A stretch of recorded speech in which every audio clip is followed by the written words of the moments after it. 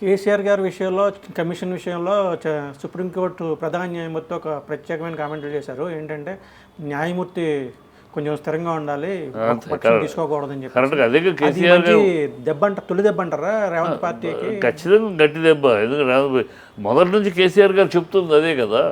ఎందుకంటే నువ్వు కమిషన్ వేస్తే నువ్వు అసలు ఏమీ ముందు స్టడీ చేయకముందే, దాని మీద స్టడీ చేయకముందే ఆయన స్టేట్మెంట్స్ ఇచ్చేస్తున్నాడు.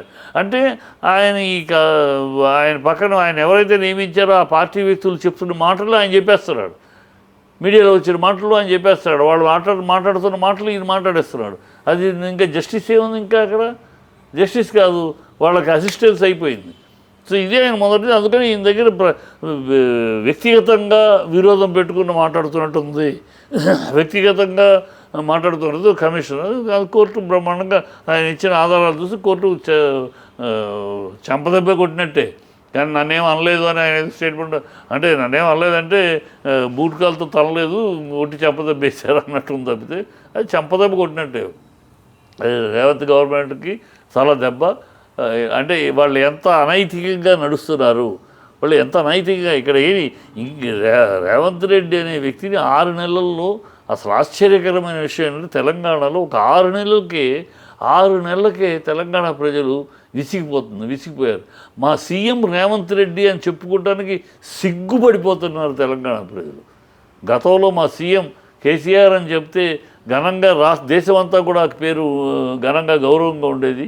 ఇప్పుడు ఈయన వచ్చిన తర్వాత ఆ గౌరవం పోయింది. ఈయన భాష, ఈయన మాట తీరు, ఈయన చేతలు, ఈయన కోతలు, ఈయన మాటలు అన్నీ కూడా అసహ్యంగా ఉన్నాయి. మేము మా సీఎం ఎవరు అంటే పలానా చెప్పుకోవడానికి కూడా సిగ్గుపడుతున్నాం, అంత రోతగా ఉంది. ఆయన రేవంత్ రెడ్డి ఏం మాట్లాడతాడో, ఎందుకు మాట్లాడతాడో, ఏ సందర్భం లేదు, శృతి లేదు, ఏ సందర్భంలో ఏం మాట్లాడో తెలియదు. ప్రతి చోట కేసీఆర్ని తిట్టుట, కేసీఆర్ని విమర్శించుట, నీకెందుకు ఆరోగ్యం బాగాలేదు అంటే, నీకెందుకు విరోచనాలు అవ్వట్లేదు అంటే కేసీఆర్ కారణం, కేసీఆర్ ఆనాడు ఇట్లా ఉంది, ఇంత సిల్లీగా ఉంది. నీకు తలకాయ నేర్పించిందంటే కేసీఆర్ కారణం. ప్రతిదానికి కేసీఆర్ మీద నిందలేస్తూ బతికేద్దామని చూస్తున్నాడు. ప్రజలు అది అసహించుకుంటున్నారు. అది ఎంత తప్పు చేశాం, ఒక సింహం లాంటి కేసీఆర్ని వదులుకొని ఇలాంటి చిరుతను వదిలేసి వీళ్ళకి ఇచ్చుకున్నామే, ఇలాంటి వాళ్ళకి చిట్టెలుకలకి అవకాశం ఇచ్చామే, సింహాన్ని కాదనుకుని చిట్టెలుకలు కూర్చోబెట్టి అనుభవిస్తున్నాం. ఇవాళ మన తెలంగాణ మర్యాద, తెలంగాణ యాస, భాష, గోస అన్నీ గుంటలో కలిసిపోతాయి అని చెప్పి ఫీల్ అవుతున్నారు. ఇంతటి 6 నెలల్లో ఇంత అప్రతిష్ట పాలైన ప్రభుత్వాన్ని నేను నా జీవితంలో 40 ఏళ్ళుగా నేను స్టూడెంట్ కాలం నుంచి రాజకీయాల్లో ఉన్నాను.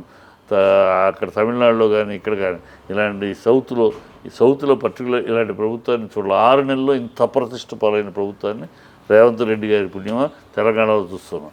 తెలంగాణ అనేది ఒక ఫైటింగ్ స్పిరిట్ ఉన్నది. ఇక్కడ ఢిల్లీలో కాళ్ళు మొక్కే ముఖ్యమంత్రి ఉన్నాడు. ఢిల్లీ ఇప్పటికి చూడండి, ఎన్నికలయ్యి 6 నెలలు అయినాయి, 32 సార్లు ఏమో ఢిల్లీ, ప్రతిదానికి ఢిల్లీ. ఎక్కడ ఏ నిర్ణయం, ఎక్స్పాన్షన్ ఆఫ్ మినిస్ట్రీ ఢిల్లీ, మా గతంలో కూడా మినిస్ట్రీస్ ఢిల్లీ, అక్కడ నుంచి ఆమోదం వస్తేనే ఇది. అక్కడ ఢిల్లీ పాదుషాలకి వంగి నమస్కారాలు పెట్టడం, రాహుల్ గాంధీ కాళ్ళ దగ్గర కూర్చోటం, సోనియా గాంధీ పాదాల చెత్త ఉండటం, ఇదే తప్పితే ఇండివిజువల్లీ ఆ వ్యక్తిత్వం లేదు. అదే గత 10 ఏళ్ళలో తెలంగాణ ఈ 2 కేంద్ర పార్టీలని ఎదురొడ్డి నిలబడింది. ఇక్కడేమో కాళ్ళకి నమస్కారం, బంచన్ కాలు ముక్త దొర అన్నట్టుంది. ప్రజలు గమనిస్తున్నారు. ఈ తెలంగాణ మర్యాద పోయింది. ఈ 6 నెలల్లోనే తెలంగాణ దేశంతో మాట్లాడుకున్న తెలంగాణ ఇవాళ ఊసులు లేకుండా పోతుంది. రేవంత్ రెడ్డికి పుణ్యమాని. ఆయన ఒకప్పుడు సామంత్ రెడ్డి చంద్రబాబుకి, ఆ తర్వాత ఓటుకు నెట్టుకొస్తులో రేవంత్ రెడ్డి, ఇప్పుడు సీఎం రేవంత్ రెడ్డి అయ్యాడు.